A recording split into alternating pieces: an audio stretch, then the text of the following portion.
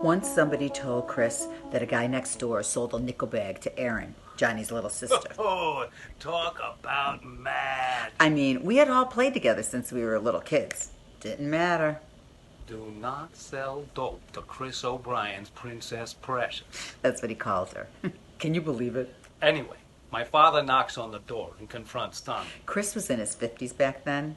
He's like John.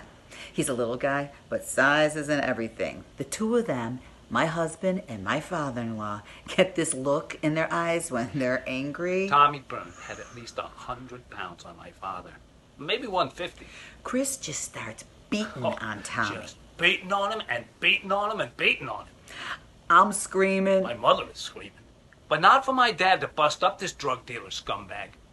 My mother's screaming for my dad not to bust up Tommy Byrne. It was She's wild. trying to protect the drug dealer scumbag. It takes 3 guys to pull Chris off. So he says, "You're right. I shouldn't be beating on him like that." I figure, okay, it's over. I knew he wasn't going to apologize. Except he still has that look in his eyes. My father goes and gets a gun. For a nickel bag. He was going to shoot Tommy. He wasn't going to shoot him. When he came out with that gun, I was cracking up. You should have seen the look on Tommy's face. Anyway, then the black and white show up, and now it is cop chaos. Tommy Byrne didn't know whether to crap or go blind. Everywhere he turns. It's a cop. He just keeps saying, "I'm sorry," to all the uniforms. Like one after another. Like one of them has to feel sorry for him. Nobody felt sorry for him. Now even my dad laughs about it.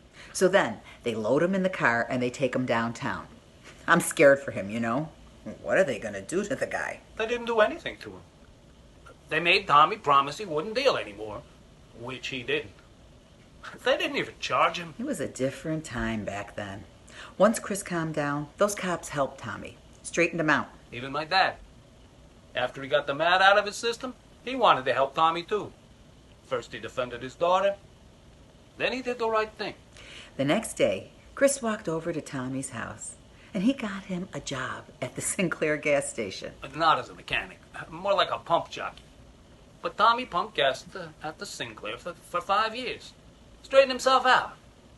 You know, I never liked that kid. But now I'm proud of him. I always thought of it as a biblical thing. Bless those who curse you. Pray for those who abuse you. Pray for them that hate you. Luke and Matthew. Well, you could do that back then. Now it's all regulations. But you know, that means Tommy goes in for sale. Resisting and assaulting an officer. No doubt that would be time. These guys, cops, they're good men. People think cops went into it to bust heads. That's just stupid. You show me a rookie cop, and I'll show you an idealist. That's right. I said an idealist. She's right.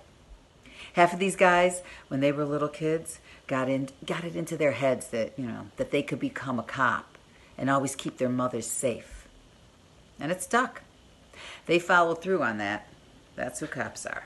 That sounds kind of corny, Joan. It is corny. You're a corny person, John. Wow. Sorry. Wow.